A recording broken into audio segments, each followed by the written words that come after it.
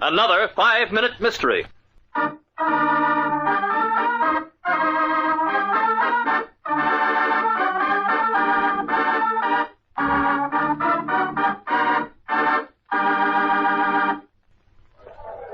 Inspector Craig, I just decided that working for the police department is very ratifying.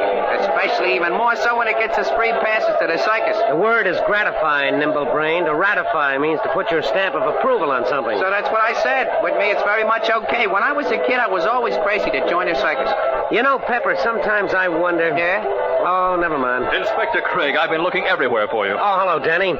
Pepper and I want to thank you for the passes. I think the big show is better than ever this year. I'm afraid I'm not going to be much of a host, Inspector. It seems the snake charmer's been found dead and... Murder? It looks like suicide. I'd like you to run over with me and give it a routine check. Sorry to bust in on your fun this way. Looks like suicide to me, all right, Inspector. An open and shut case, as far as I'm concerned. It's so hard to believe. Dorothy. You own part interest in the circus, don't you, Brian? That's right, Inspector. Nat Bryan and I are partners. Nat, I can't tell you how sorry I am. Thanks. How long were you and Mrs. Bryan married? Not long. I can't believe she'd do a thing like this. She was the snake charmer, right? Yes. Suppose you tell us how it happened, Brian, so we can get the facts straight. Well, lately, Dorothy and I... Well, that is, there have been disagreements, quarrels. There was some talk about a trapeze artist, is that it? Yes. Dorothy was insanely jealous and thought I was interested in a little tightrope walker. Were you? No, there never was anyone else for me but Dorothy. And now... All right, go on. I came here late this afternoon to get her to listen to reason. She refused to be reasonable. It was quite a scene, and finally she got up and ran into the dressing room. Yes, I see. These tents are divided into little rooms. It's very clever.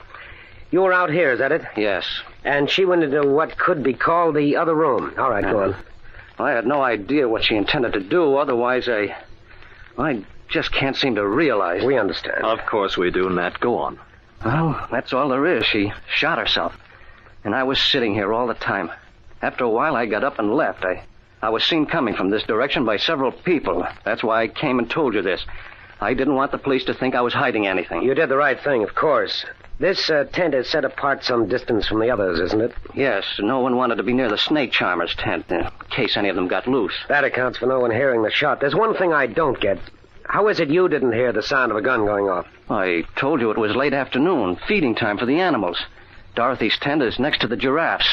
They were making such a racket hollering for their food, I couldn't hear. Inspector, if I may make so bold as to make a remark here, this guy is, to put it bluntly, an awful liar. Why, how dare Are you sure? Plain as the nose on my face. Well, that's plain enough for me. Hold still, Brian. Don't make a move.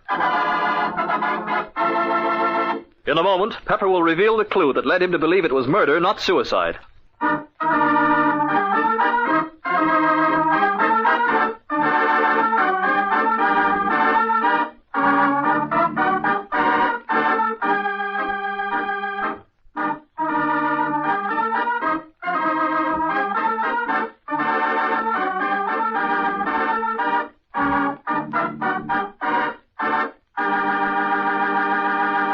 Now, back to our story. You better explain, Pepper. How do you know he's lying? Because giraffes is like turtles. They don't make noises. Brother, is he dumb? Good work, Pepper. Okay, Brian, you're under arrest.